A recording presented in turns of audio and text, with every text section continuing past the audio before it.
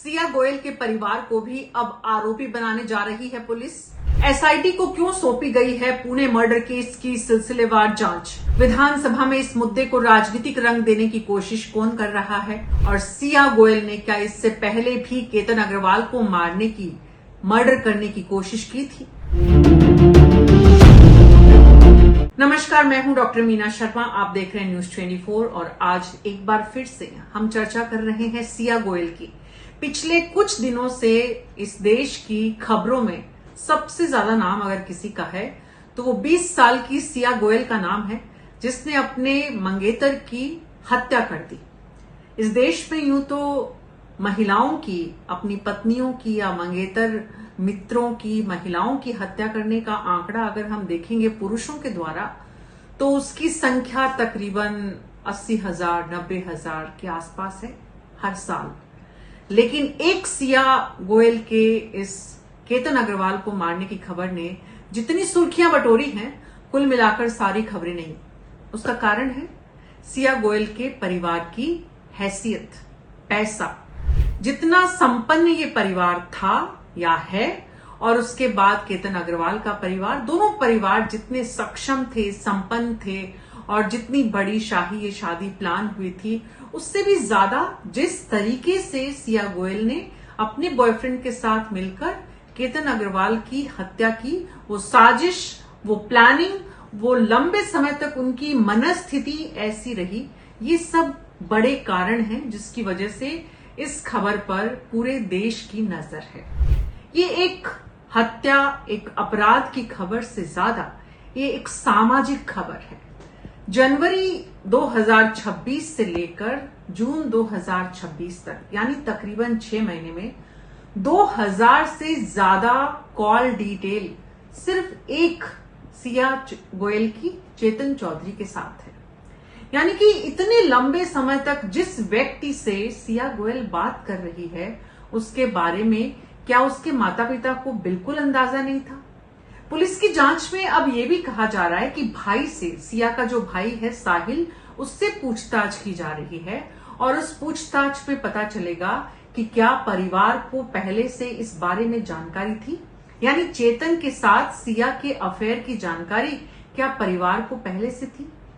पिता का जो स्टेटमेंट आ रहा है उसके मुताबिक वो 20 साल की उम्र में बच्ची की शादी नहीं करना चाहते थे, लेकिन उनकी बहन ने अच्छा रिश्ता बताया और बात इतनी आगे बढ़ गई कि उन्होंने शादी तय कर दी। लेकिन केतन अग्रवाल के परिवार का अब आरोप यह है कि सिया गोयल ने पहले भी, यानी कि 18 जून को जिस दिन हत्या हुई है उससे पहले भी मारने की कोशिश की। केतन अग्रवाल के परिवार ने यह भी आरोप लगाया है कि बच्ची यानी सिया ने पहले भी मारने की कोशिश की थी।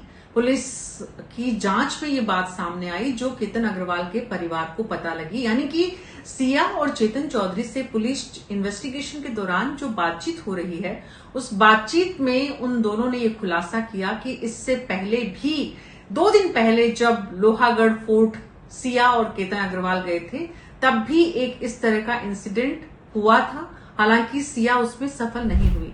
सिया उस दिन अकेली थी, उस दिन चेतन चौधरी उसके साथ नहीं था। सिया ने अकेले ये प्रयास किया, सिया को उसमें सफलता नहीं मिली। उसके बाद दोनों ने एक कैफे में बैठकर फिर से उसकी प्लानिंग की।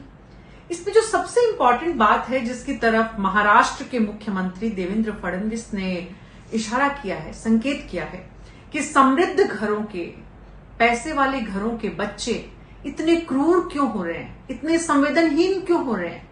तो हमें सोचने की जरूरत है कि हमारा जो एलीट क्लास है वो जो अपने बच्चों की परवरिश कर रहा है उसमें क्या संवेदनाएं, उसमें क्या भावनाएं, उसमें क्या आचार विचार व्यवहार की शिक्षा कहीं अधूरी रह रही है।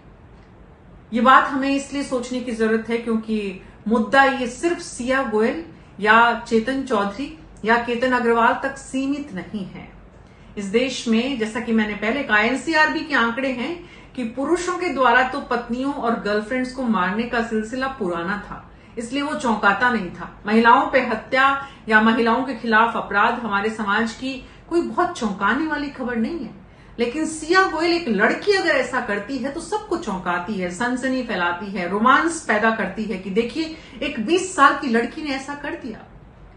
लेकिन हमें यह भी सोचने की जरूरत है कि एक 20 साल की लड़की ने अगर इतना बड़ा कदम उठाया है तो उसके मनस्थिति, उसका जो मानसिक विकास है वो किस तरह का हो रहा था, उसके मन में क्या चल रहा था, कैसे वो इस स्थिति तक पहुंची, क्यों इस स्थिति तक पहुंची, क्यों परिवार के लोग समझ नहीं पाए, दो परिवार शामिल थे, और सबसे बड़ी बात तो ये कि केतन अग्रवाल खुद क्यों नहीं समझ पाया।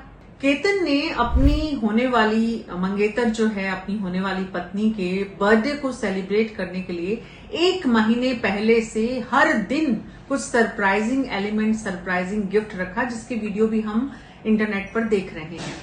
लेकिन बात और सवाल तो ये है कि केतन जिस बच्ची के पास या अपनी मंगेतर के पास, जिस महिला के पास लगातार इतने समय तक समय निकाल रहा था, लोहागढ़ फोर्ट पे भी जब पहुंचा, उससे पहले भी अपने घरों में भी इतनी लंबी उनकी फोन पर भी बातचीत हो रही थी, केतन को इस बात का इल्म क्यों नहीं हो पाया।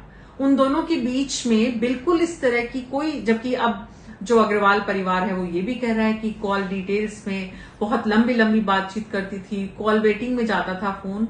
तो ये बात इससे पहले क्या परिवार बिल्कुल समझ नहीं पाया था या समझकर अनदेखी की थी दोनों परिवारों ने। अग्रवाल परिवार की तरफ से इस वक्त सबसे बड़ी जो मांग की जा रही है कि सिया के परिवार को भी आरोपी बनाया जाए। समाज इस बात को तय करें कि एक बच्ची ने जो काम किया वो अपराधी है, वो बच्ची नहीं है, वो अपराधी है, वो युवा है, वो मंगेतर थी किसी की, उसने किसी की जान ली है। लेकिन उसके परिवार का क्या दोष?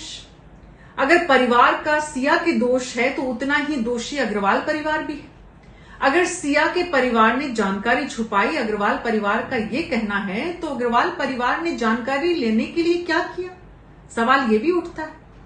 बात यह है कि हमारा समाज जिस दौर से गुजर रहा है, जिस तरह की परिस्थितियों का सामना कर रहा है, आज हम जिस इंटरनेट युग में हैं, जिस मोबाइल युग में हैं, वहां पर हम एक दौर हुआ करता था जब शादी ब्याह होते थे हमारे ही समाज में, तो पहले बच्चों के बारे में पूरी जानकारी जुटाई जाती थी, बाकायदा रेकी की जाती थी कि बच्चा क्या करता है, किसके साथ बैठता है, बच्ची कहाँ, किन संस्कारों से पली बड़ी है। बच्ची के लिए संस्कार जरूरी है और बच्चे के लिए बैठक उसकी कैसी है ये समझना जरूरी है।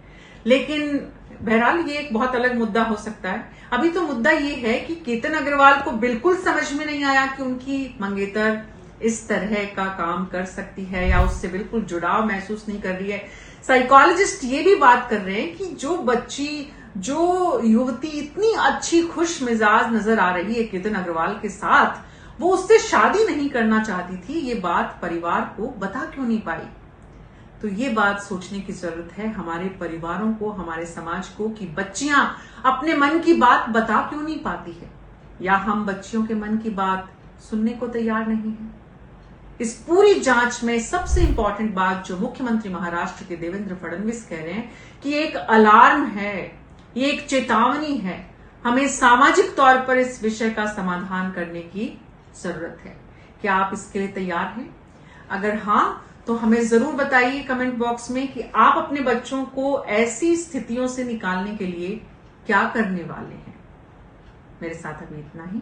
नमस्कार।